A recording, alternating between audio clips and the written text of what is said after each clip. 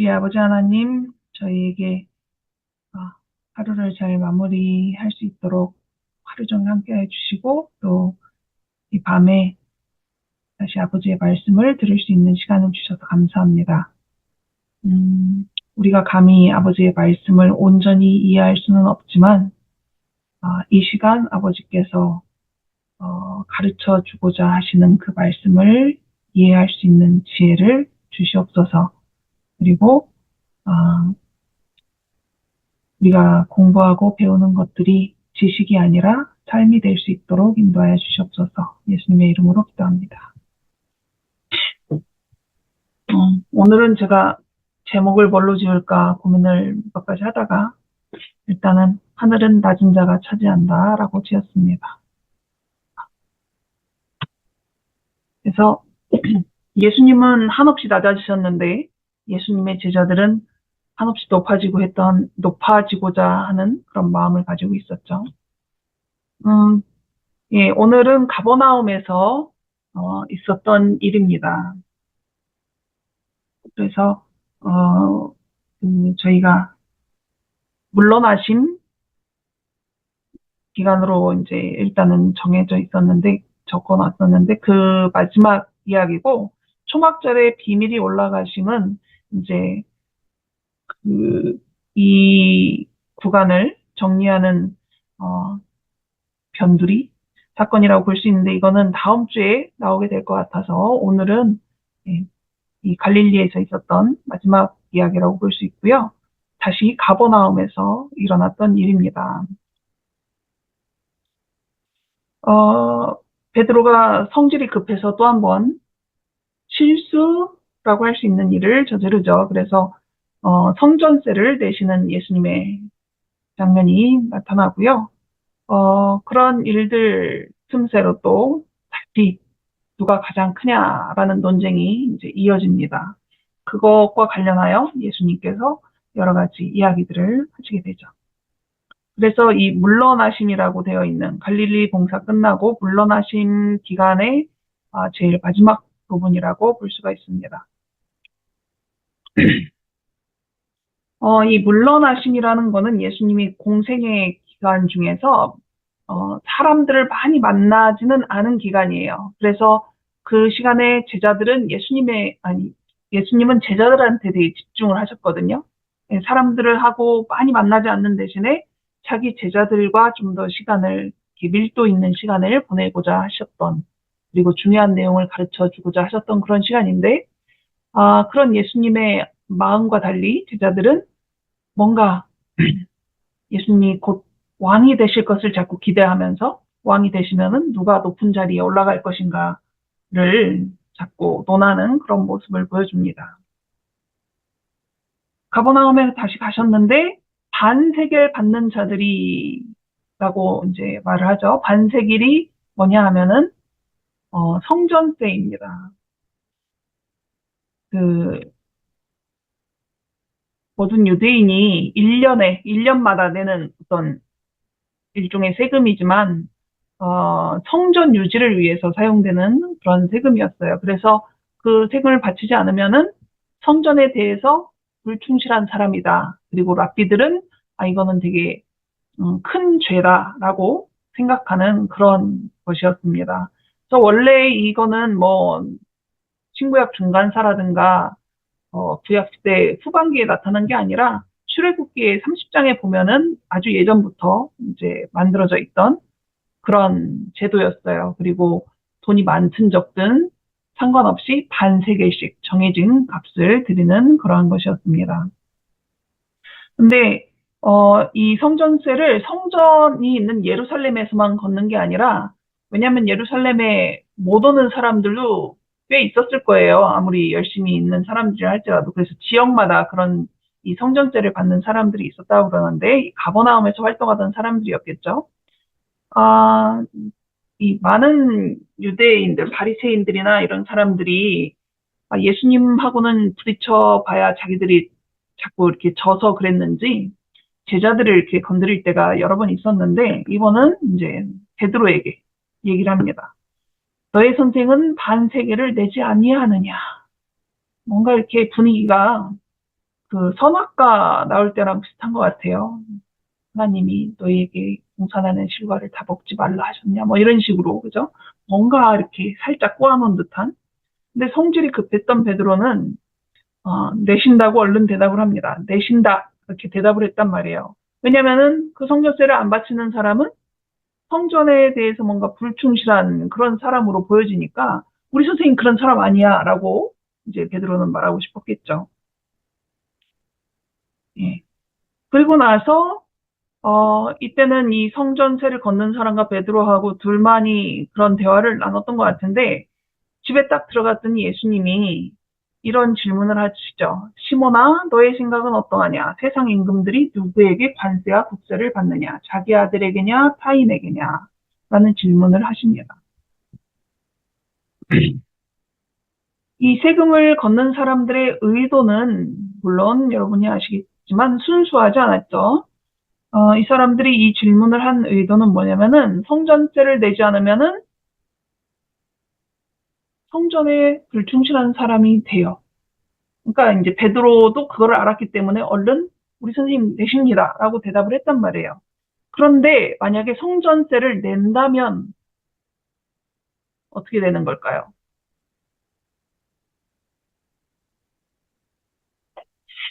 성전세는 면제받는 사람들이 있었습니다. 누가 면제를 받았을까요? 제사장?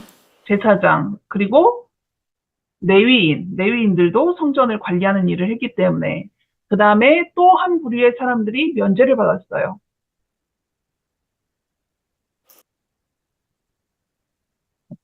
선지자. 예수님이 제사장은 아니었잖아요. 이 당시에 레위 지파도 아니었고 예수님이 만약에 면제를 받는다면 선지자이기 때문에 면제를 받을 수 있었겠죠. 음. 그런데 예수님이 성전세를 내신다면 첫 번째 문제는 해결이 돼요. 우리 예수님 성전 아끼시는 분이야. 충실하게 아끼시는 분이야. 이렇게 말할 수는 있지만 예수님이 성전세를 내시면은 이 면제를 받는 대상 안에 예수님이 들어가지 않는 일반인이 돼버리는 거예요. 그러니까 사실은 A라는 대답과 B라는 대답이 둘 다 뭔가 좀 그죠 함정이 될 수 있는 그런 질문이었던 거죠. 근데 베드로가 성급하게 대답을 해버린 거예요.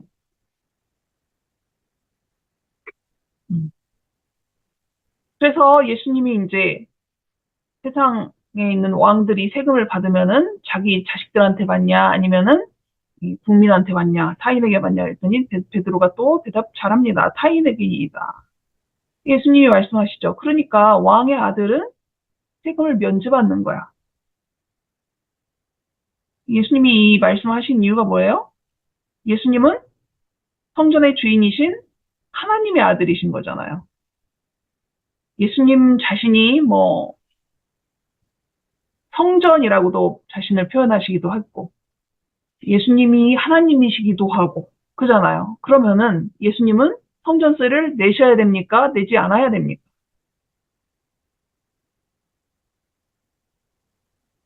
베드로가 얼마 전에 예수님은 하나님의 아들입니다라고 고백을 했어요. 그잖아요. 위대한 신앙 고백이라고. 그런데 그랬던 베드로가 우리 예수님 성전세 내십니다라고 말을 해버렸어요. 그러면 베드로가 한 말이 모순이 돼버리는 거예요. 하나님의 아들인 예수님이 성전세를 바쳐야 된다라고 했는 거죠. 그런데 예수님이 뭐라고 하시냐면 27절에 우리가 그들이 실족하지 않게 하기 위하여 너가 바다에 나가 낚시를 던져 먼저 오르는 고기를 가져 입을 열면 돈 한 세겔을 얻을 것이니 가져다가 나와 너를 위하여 주라. 1인당 반 세겔이니까 1세겔이 나오면은 2인 세금이 되는 거죠. 그래서 네 거, 내 거 이렇게 해가지고 2인 세금을 내라 이렇게 얘기를 하셨죠. 그렇다면 예수님은 왜 성전세를 바치실까요? 예수님은 바치지 않아도 되는 분인데.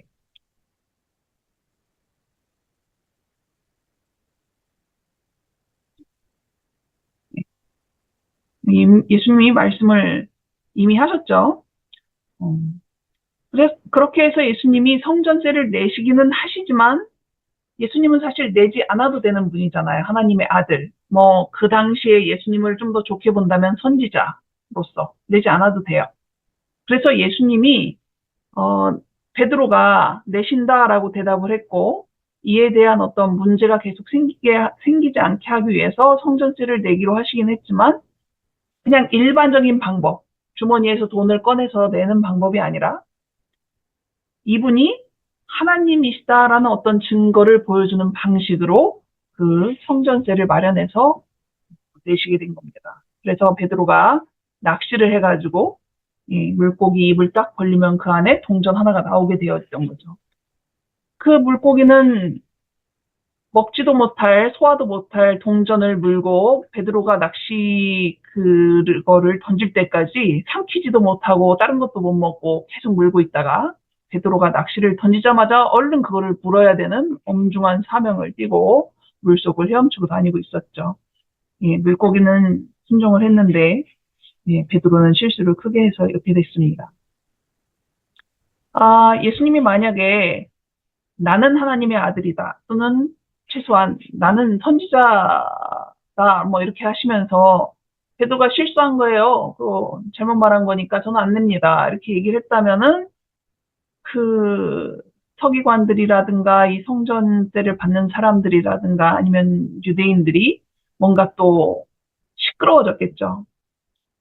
그래서 예수님은 그게 부당했지만 그 일을 하신 겁니다. 그리고 말씀드렸다시피 그 일을 해결할 때 자신이 신이라는 신성을 드러내는 방법을 사용하시긴 했죠. 그런데 여기에서 이제 배워야 될 교훈이 있는데, 우리가 사실 재림교회가 다른 개신교회들하고의 차이점도 있고, 여러 가지. 근데 이 당시는 훨씬 더 심했을 거예요. 유대교와 다른 그리스도교가 태동하는 시기가 될 거였으니까. 그래서 기성 질서, 유대인들이 생각하는 어떤 지켜야 되는 것들을 굳이 꼭 그렇게 다 파괴하고 안 지키고 그럴 필요는 없다는 거죠. 그래서 기성 질서에 대해서 쓸데없이 적대적인 입장을 취하지 않도록 제자들에게 가르치는 교훈이기도 했다라는 것입니다. 그것이 진리의 원칙을 해하는 것이 아니라면, 그죠? 당시에 문화라든가 관습이라든가 그런 것들을 안 지켜가지고 사람들을 화나게 만들거나 아니면 분쟁을 일으킬 필요는 없다라는 것입니다. 물론 그것이 진리에 해당되는 것이라면 그 어떤 것과도 타협을 하면 안 되겠지만 그런 것과 관련이 없는 것이라면 예수님이 레위인이 선지자가 제사장이 성전세를 드리지 않아도 되는 거지만 드린다고 문제가 되는 건 아니었던 거죠. 그러니까 예수님은 자기의 권리를 포기하고 성전세를 내셨고 그것으로 인해서 일어날 분쟁을 피하셨던 것입니다. 그리고 그것은 우리에게 주시는 교훈이 있다라는 것이죠. 그런데 어떻게 보면 이것은 엄청나게 예수님이 자기 자신을 낮추시는 모습이기도 합니다. 그죠? 왕이신, 하나님이신, 또는 하나님의 아들이신, 굳이 제일 낮은 걸로 표현하자면 선지자이신 예수님이 안 내도 되는 그 성전세를 자신을 낮추시고 자신을 가장 낮은 계층의 사람처럼 아니면 일반인들처럼 이렇게 성전세를 내는 자세를 보이신 거죠. 이것이 오늘의 중심 주제이기도 하기 때문에 여기서 잠깐 언급을 합니다. 그런 예수님의 제자들인데 예수님은 낮아지신 분인데 그 예수님의 제자들은 항상 누가 크냐라는 그 관심사를 유지하고 있었죠. 예수님이 여러 번 말씀하기 시작하십니다. 베드로가 신앙 고백을 했을 때부터 그 이후에 일어날 일들, 얼마 후면 예루살렘으로 갈 것이고 무슨 일이 일어날지에 대해서 예수님이 계속 제자들한테 말씀을 하시는데 제자들은 안 들려. 그죠? 별로 듣고 싶은 그런 내용이 아니니까 안 들어요. 그런데 예수님이 예루살렘에 올라간다라는 말에서 예루살렘은 귀에 잘 들어와요. 예루살렘은 자기들 나라의 수도고 예루살렘에 가야 왕이 될 수 있는 확률이 커지고 이런 거죠. 이 예루살렘에 간다라는 것만 귀에 쏙 들어와. 그래서 제자들은 지금 예수님이 예루살렘에 가시면 왕으로 즉위를 하실 수도 있겠다. 그렇다면 예수님이 왕이 되면은 누가 영의정되고 누가 자의정되고 뭐 이런 거. 그러면 누가 제일 크냐. 그런 예, 논쟁이 계속되고 있었던 거죠. 베드로가 물고기 잡으러 나갔을 때 예수님이 제자들한테 물어보셨어요. 너희들 여기 오다가 무슨 얘기했니? 저 얘기했거든요. 누가 큰지.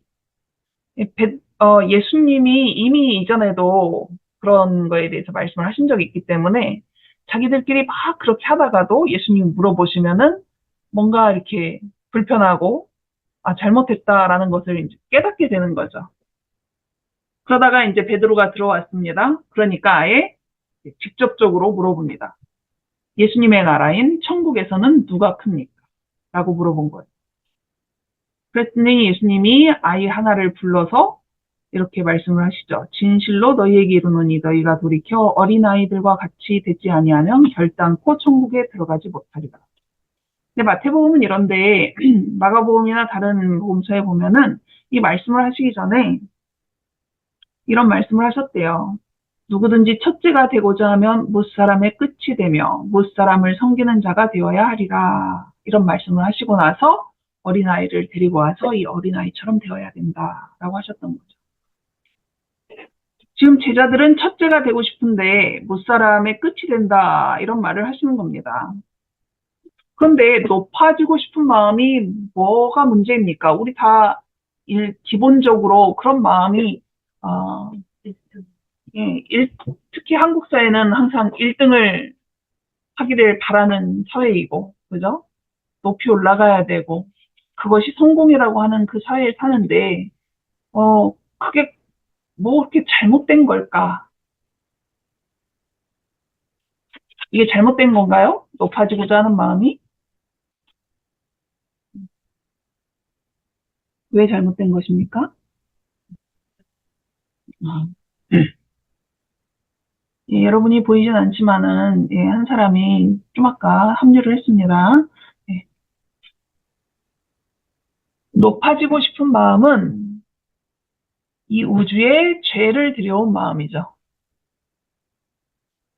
천사장이었던 루시퍼가 루스벨이 더 높아지고 싶은 마음, 하나님만큼 높아지고 싶은 마음이 있어서 죄가 만들어졌어요.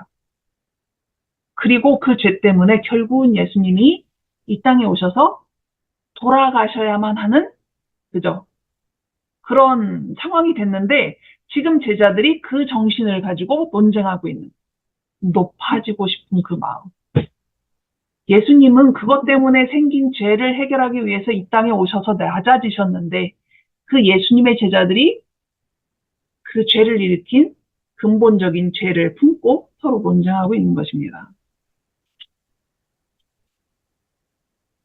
그러니까 한마디로 그들은 사탄의 정신을 가지고 있었던 것이죠. 그런데 그런 정신을 가지고 움직이면은 결국 이간, 불화, 논쟁 이런 것들이 생길 수밖에 없다라는 것입니다. 자, 시대의 소망 436쪽입니다. 루시퍼는 하나님과 동등하게 되기를 원한 반면에 높임을 받은 자이신 그리스도께서는 오히려 자기를 낮추시고 죽기까지 복종하셨으니 곧 십자가에서 죽으셨다. 이제 십자가가 그분 바로 앞에 있었는데 그분의 제자들은 이기심, 즉 사탄의 왕국의 원칙으로 가득 차 있다는 것입니다. 큰 문제죠. 이 땅에서 그냥 잘 먹고 잘 사는 게 목적이라면 큰 문제가 아닙니다. 하지만 천국에서는 누가 큽니까? 라고 물어보는 제자들의 말에는 그들의 마음과 맞지 않는 뭔가가 있었다라는 거죠. 예수님이 어린아이를 하나 불러다가 이제 말씀하셨다라고 했는데 가장 어린아이와 같은 제자가 하나님 사업에서는 가장 능률적인 사람이다라는 표현이 있습니다. 자, 그렇다면 어린아이와 같다라는 것은 어떤 것입니까? 응? 질문이 많답니다. 다 물어보고 한답니다. 예. 제 옆에서는 대답을 좀 하는데 다른 분들은 싹 다 음소거를 하셨어요. 예. 자, 그러면은 거수를 할까요? 나는 어린아이 같은 사람이다. 손을 들어주시기 바랍니다. 얼른 내리셨어요, 표집사님. 속을 괴고 있던 손을 얼른 내리셨습니다. 네. 예수님의 제자들은 그분의 나라의 성질에 대해서 교훈을 받는 것으로 넉넉지 않았다. 그들에게 필요한 것은 그 나라의 원칙에 그들을 일치시켜줄 마음의 변화였다.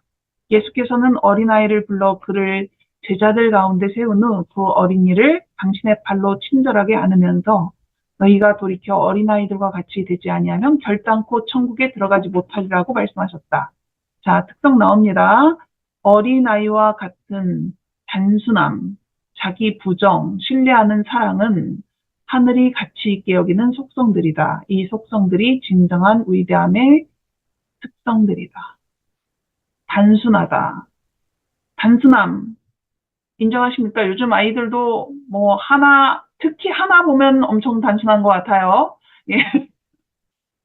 우리 다른 아이들보다 우리 하나는, 예, 단순한 것을 잘 보여주는 아기 같습니다.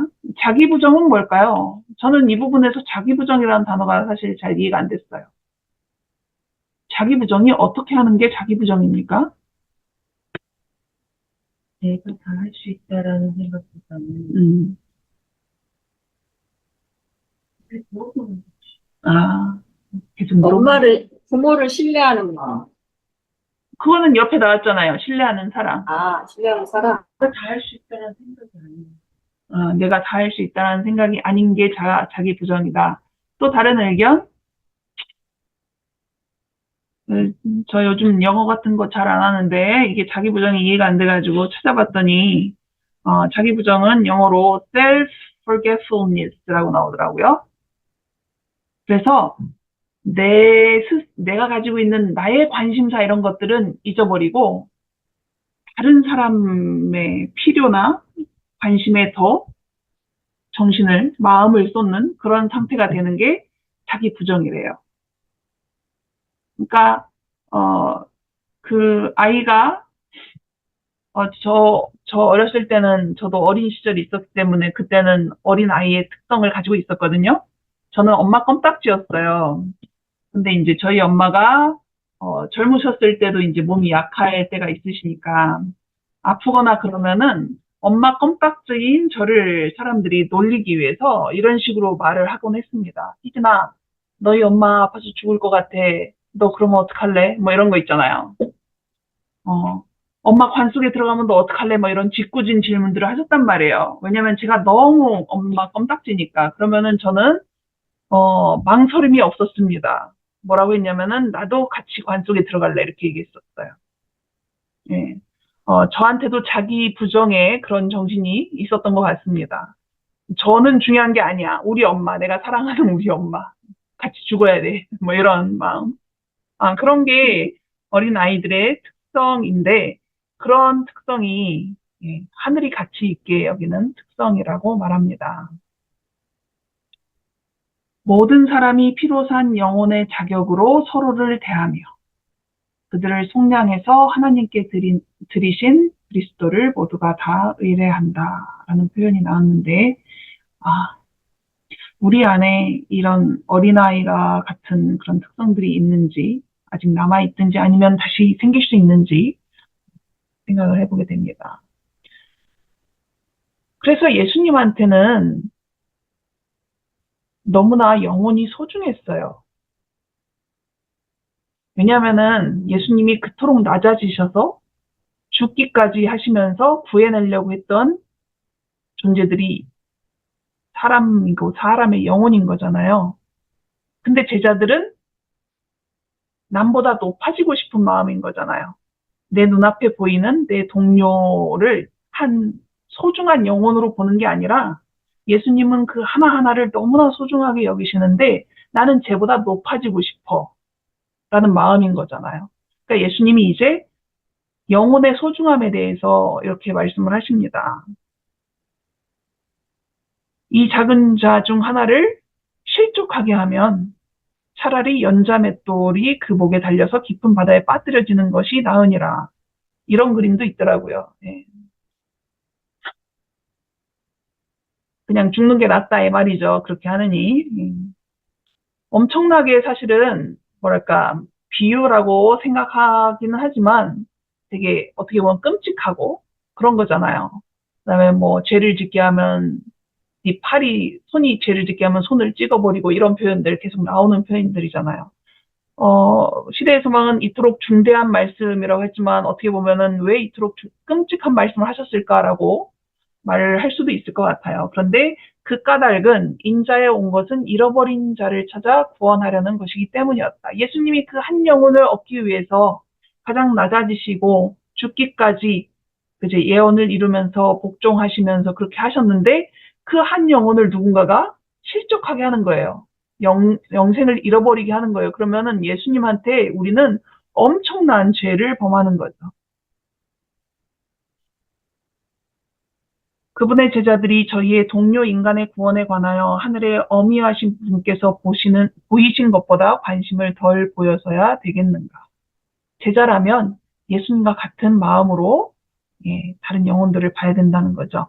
영혼마다 무한한 값을 치렀으므로 한 사람이라도 그리스도에게서 떠나가게 하여 그를 위한 구주의 사랑과 치욕과 고뇌가 수포로 돌아가게 하는 죄를 범하는 것은 얼마나 두려운 일인가. 그래서 제가 좋아하는 문장 중에 하나가 이제 이 문장인데, 한 영혼이 온 세상보다 더 귀하다. 예수님은 제자들에게 이 진리를 가르쳐 주고 싶으셨던 거죠. 한 영혼이 얼마나 소중한지에 대해서. 그런데 제자들은 내가 쟤보다 더 높아지고 싶고, 지금 현대 세계를 지배하는 그런 정신이죠. 남을 밟고서라도 내가 더 높은 곳으로 올라가야 된다라는. 그 다음에 이어지는 내용들을 그 영혼의 소중함을 생각하면서 읽으시면 조금 더 이해가 잘 되지 않을까 싶어요. 오늘은 제가 보면서 그렇게 연결을 해봤거든요. 이제 모든 성경절을 다 적진 않았고요. 양 100마리가 있는데 그 중에 하나가 길을 잃었으면 99마리를 산에 두고 가서 길 잃은 양을 찾지 않겠느냐 라는 말씀을 하신단 말이에요. 목자 되신 예수님이 온 우주에 그 죄를 짓지 않은 안전한 그죠 많은 사람들이 있을 텐데요. 우주 거민들이 있을 텐데 그들은 내버려 두고 그저 안전하니까 잃어버린 한 마리 양을 찾으러 이 지구에 오셨습니다. 너무나 소중해서 자신이 이 땅에 와서 죽어야 되는 것을 알고 계시면서도 그것이 어떤 죽음이고 얼마나 치욕스럽고 얼마나 고통스러운지를 알면서도 말이죠. 그리고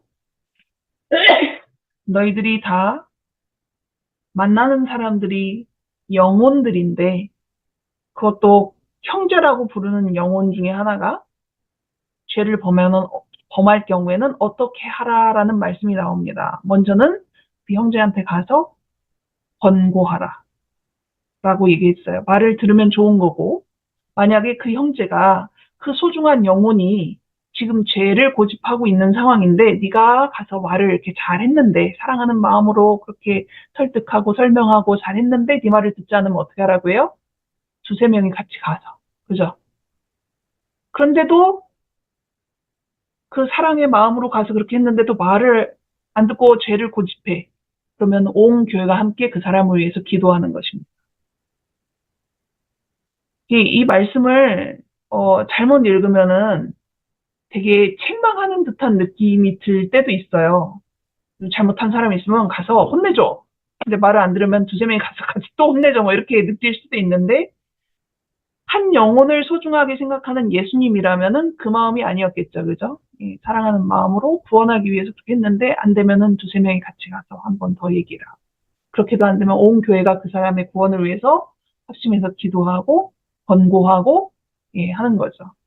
그런 다음에 그래도 말을 안 들으면은 어떻게 하라고 했어요? 이방인과 세리처럼 여기라 이런 말씀하셨죠. 그러면은 당시에 유대인의 기준으로 보면은 이방인과 세리는 어떤 사람들입니까? 포기한 사람, 구원 안 받을 사람 이런 사람이잖아요. 그런데 예수님의 정신에서 이방인과 세리는 어떤 사람이에요? 그냥 아무것도 몰라서 처음부터 다시 가르쳐야 되는 사람인 거죠. 그런 사람으로 여기고 처음부터 다시 시작하는 거예요. 왜? 소중하니까. 베드로가 그런 말을 듣다가 형제가 죄를 범하면 몇 번까지 용서해줘요? 이런 질문 하잖아요. 3번이면 됩니까? 아니, 3번이라고 안 했죠. 베드로가 몇 번이라고 했죠? 7번. 왜냐면 당시에는 3번이 최대로 뭐 이렇게 하는 거였는데 베드로는 내가 그래도 예수님 따른 사람이니까 넉넉하게 7번이나 한 거예요. 근데 예수님이 뭐라고 하세요? 7번뿐 아니라 70번을, 7번을 70번까지라도. 그래서 490번을 세보라는 얘기겠죠? 네.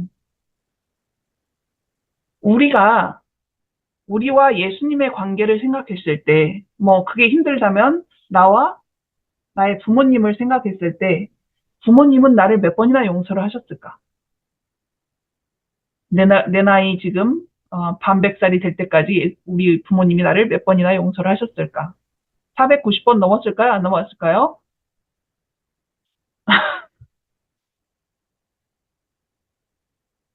그렇게 용서를 안 하면은 가망이 없잖아요. 구원받을 가망.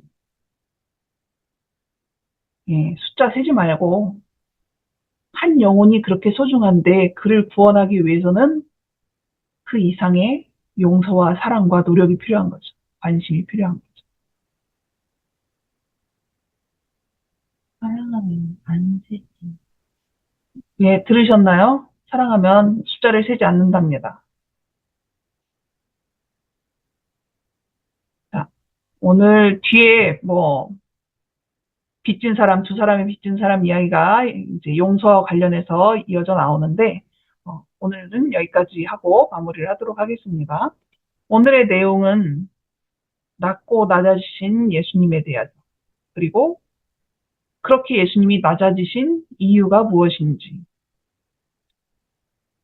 예수님을 보시기에 한 영혼은 얼마나 소중한지, 그럼에도 불구하고 그 예수님의 제자라고 하는 사람들이 높아지고 싶어 했다라는 내용. 그렇다면 과연 하늘에서 큰 자는 어떤 자일까? 이제 결론이 나왔을지 모르겠어요. 이야기들 속에서. 자, 그래서 이거는 여러분들이 이제 이 중에서 기억나는 것이나 아니면 여러분의 마음에 남은 것들을 이따 피드백 할 때 나누시면 될 것 같습니다. 자, 기도하고 마치도록 하겠습니다. 아버지 하나님, 사실 우리는 우리 자신의 가치도 잘 모를 때가 많고, 우리가 사랑한다고 하는 그 사람의 가치도 제대로 알지 못할 때가 많이 있습니다. 그럼에도 불구하고 우리를 가치 있게 만드신 예수님으로 인해 감사드립니다. 조금씩 더 깨닫게 하여 주시고 우리 자신의 소중함과 예수님이 사랑하시는 그 대상들의 소중함을 점점 더 알아갈 수 있도록 인도하여 주시옵소서. 그래서 사랑이란 하늘나라에 가서 산다는 것이란 더 많이 가지고 더 높아지는 것이 아니라 더 많이 내어주고 더 많이 섬기고 더 많이 낮아지는 것이라는 것을 제대로 이해하고 예수님처럼 그렇게 살 수 있도록 인도하여 주시옵소서. 사랑이신 예수님의 이름으로 기도합니다.